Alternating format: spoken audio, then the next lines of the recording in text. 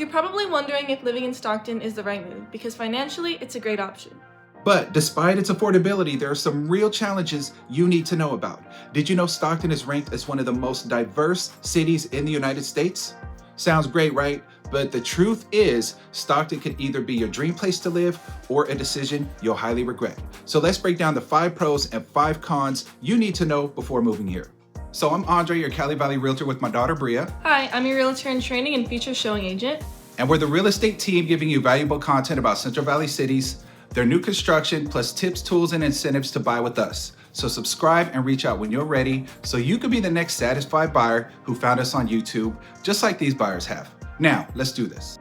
Pro number 1, the Delta Breeze. Much of Stockton gets the benefit of the San Joaquin River Delta Breeze that passes through the city and is a lifesaver on those very hot Central Valley days, making Stockton a great option during the summer. Just make sure that on occasion you may even need to plan for a sweater in the summer evenings when that breeze kicks in, so keep one in the car, just in case.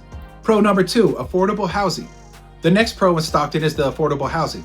Housing is pretty cheap in Stockton. As of January 2026, the average home value is $424,000, which is actually $17,000 less than they were a year ago.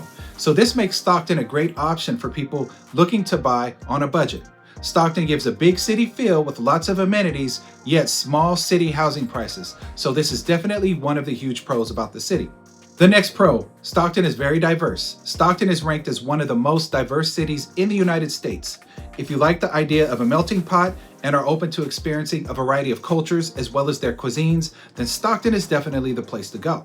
The next pro about Stockton is the University of the Pacific College. This college is ranked in the top 25% of colleges overall throughout the nation, and it is a great option for future students. So if you have kids with big dreams, the future prospects of having a great college right in the city where you live is a great option. The next pro is the summer evenings. The summer evenings in Stockton are wonderful. If you like outdoor activities on your time off and don't want to travel, these evenings in your backyard, along with a cool Delta breeze, can be the perfect setting for a great time. Pro tip, find homes on Zillow or wherever, then call us to see them. Why? When you get a tour through Zillow, you don't know who they'll connect you with, and they take at least a third of the commission, so agents will charge you more to offset that cost. You know us from this channel and we can charge less, so reach out for proven results at better rates. Now let's look at 5 cons of Stockton. The first con, high crime rates. Stockton has been regularly considered one of the top 10 most crime-ridden cities in California. Now, with that being said, the majority of them are property crimes, but this also explains the cheaper cost of living there. My suggestion, just be sure to be selective on the neighborhood you move into and the places you go in the city. If you do that, you'll keep yourself way less exposed to any type of crime. The next con of Stockton is the hot summers. The latest data we have shows that in 2024, the average temperature in the summer months of Stockton was 93 degrees, which can be hard on some. Luckily, the Delta Breeze helps to counter the heat, and that's also what your AC is for. So just be selective about when you go outside and let the heat help make for a perfect evening as it turns into one of the pros of the city, which is the great summer evening weather. The next con of Stockton is the panhandling. Panhandling is literally a side hustle up in Stockton. The poverty rate is higher than average at 15%, and some of these panhandlers can be pretty aggressive. So just be careful and do your best to avoid eye contact so you don't engage them. The next con is the limited public transportation. The public transportation in Stockton is really bad, and you probably wouldn't feel safe enough to get on it anyways. Plus, ride sharing is also close to non-existent here, so it should never be considered as a reliable source of transportation in this city. Bottom line, if you move to Stockton, make sure to have a car to get around town. Now, the last con of Stockton is the downtown area. Downtown Stockton looks like an episode of Life After People. The buildings look old and neglected, and you won't find much to get excited about down there. It's all bad. If there's ever a city's downtown that needed to be revamped, it's in Stockton.